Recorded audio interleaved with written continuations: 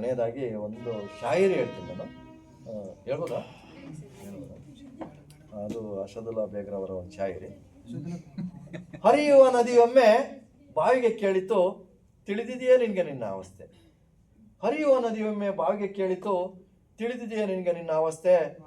ಬಾವಿ ಕೈ ಮುಗಿದು ಹೇಳಿತು, ಬಾವಿ ಕೈ ಮುಗಿದು ಹೇಳಿತು, ಮನೆ ಕಟ್ಟಿ ಬದುಕುವವರಿಗೂ ಅಲೆಮಾರಿಗಳ ಬದುಕಿಗೂ ವ್ಯತ್ಯಾಸ ಉಂಟು ಗೆಳತಿ. ಮನೆ ಕಟ್ಟಿ ಬದುಕುವವರಿಗೂ ಅಲೆಮಾರಿಗಳ ಬದುಕಿಗೂ ವ್ಯತ್ಯಾಸ ಉಂಟು ಗೆಳತಿ. ನೀನು ಬಾಯರಿದವರ ಬಳಿ ಹೋಗುತ್ತೀಯ, ಬಾಯರಿದವ ನನ್ನ ಬಳಿ ಬರುತ್ತಾನೆ.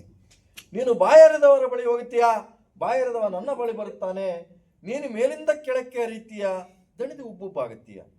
ನೀನು ಮೇಲಿಂದ ಕೆಳಕ್ಕೆ ಹರಿತೀಯ, ದಣಿದು ಉಬ್ಬುಬ್ಬಾಗುತ್ತೀಯ.